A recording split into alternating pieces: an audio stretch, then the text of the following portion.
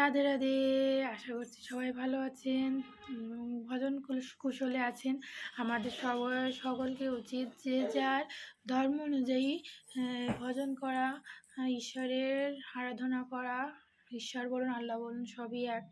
তো সবাই সবার যে যার ধর্ম পালন করবেন। এই দেখুন আমার সেই দুষ্টু গোপাল, ভীষণ দুষ্টু। হ্যাঁ, কথা বলো সবার সাথে। দেখুন আপনারা কি দুষ্টু। হ্যাঁ, সবাই ভালো থাকবেন, ভজন কুশলে থাকবেন, সবাই ঈশ্বরের নাম ধ্যান করবেন, তার নাম স্মরণ করবেন।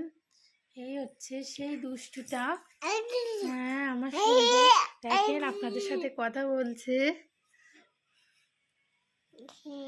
সবাই ভালো থাকবেন, আমার জগন্নাথের জন্য সবাই আশীর্বাদ করবেন। কৃষ্ণ মন কৃষ্ণ প্রাণ, কৃষ্ণ আজীবন, কৃষ্ণ কৃষ্ণ কৃষ্ণ কৃষ্ণ হরে কৃষ্ণ হরে কৃষ্ণ, কৃষ্ণ কৃষ্ণ হরে হরে, হরে রাম হরে রাম, রাম রাম হরে হরে। সর্বদা ঈশ্বরের প্রতি মতি রাখুন, তাহলে দেখবেন ঈশ্বর আপনাকে সকল বিপদ থেকে রক্ষা করছেন। আমি কি করব, আমি করব, আমি খাবো, আমি নিব, সব কিছু আমার, এসব ধারণা থেকে বের হয়ে আসতে হবে। কারণ কোনো কিছুই আমার নয়, যা কিছুই দেখছেন সব কিছু ঈশ্বরের প্রদত্ত। তিনি আমাকে দিয়েছেন বলে আমি পেয়েছি, আমার হয়েছে।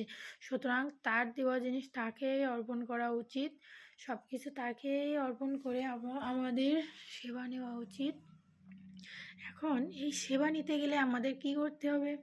ঈশ্বরকে সেবা দিতে গেলে ঈশ্বর যেগুলো পছন্দ করেন, উনি যেগুলো আহার করেন, সেবা নেন, সেগুলোই তো আমাদেরকে তাকে দিতে হবে। ধরুন বলছি যে কেউ যদি মাছ মাংস সে নিয়ে গ্রহণ করেন, আহার করেন, সেটা ঈশ্বরকে দিতে পারবে না, কারণ এটা তো ঈশ্বরের খাদ্য নয়। ঈশ্বরের সেবা নেন সবসময় সাত্বিক আহার। সুতরাং আমাদেরকে সাত্বিক আহারই সাত্বিক সব কিছু ঈশ্বরকে নিবেদন করতে হবে, এবং সেই প্রসাদই আমাদেরকে গ্রহণ করতে হবে। যেটা ঈশ্বর নিজেই সেবা নিতে পারবে না, গ্রহণ করতে পারবে না, সেটা আমরা কেন নিব? এজন্য আমাদেরকে সর্বদা